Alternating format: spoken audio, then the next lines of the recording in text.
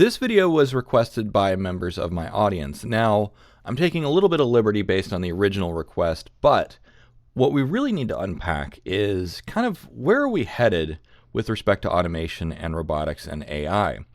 And there's kind of a fundamental level to everyone's anxiety. It's not necessarily like, will I lose my job? Or, will AI take over? There is, those all orbit the same kind of fundamental psychological dread. And that's not to say that there's only one psychological dread. There are certainly several layers to it. But there's a term, and I typically avoid using this term. I don't like this term because it kind of smacks of conspiracy theory boards. But it's a useful term because people are familiar with it, and that is the useless eater. So I see all the comments out there where people say, how do we ensure that we stay alive once we're all useless eaters? Or, why won't the elites just kill us once we're useless eaters? The rich have never genocided everyone. But there is a difference this time, and the underlying assumption is AI, automation, and robotics are basically the next slave class.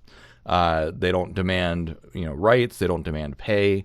They don't need hospitable working conditions. They don't need voting rights and that sort of thing. So if you have an entire class of laborers that are essentially a new kind of slaves, then everyone else who is not productive becomes a useless eater. Now, that is the hypothetical, right? This is kind of the scenario. If you had to put words to it, this is the scenario that emerges in everyone's minds. Maybe not everyone, but certainly some people with anxiety.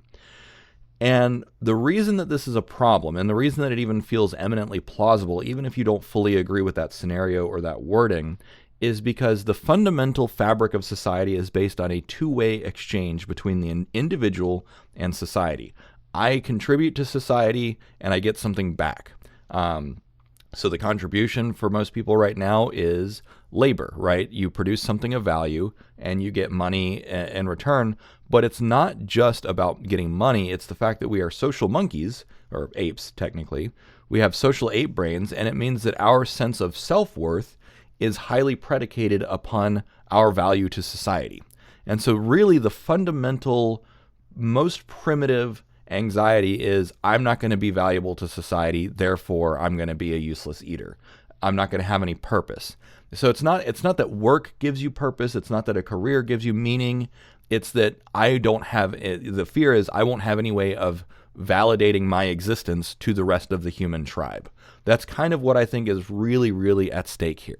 Because if you have nothing to offer back, and it goes from a two-way exchange of I provide meaning and value and work, and in exchange I get money and value and validation and vindication for my existence, if that goes away, then really fundamentally what we're worried about is a sense of fairness.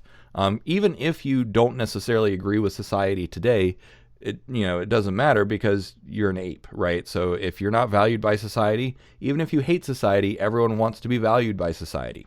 And so it really comes down to a sense of self-worth and a sense of fairness. That's my thoughts for the day. I just wanted to get that out there and see where it lands, see if you guys agree. And that's it. Cheers.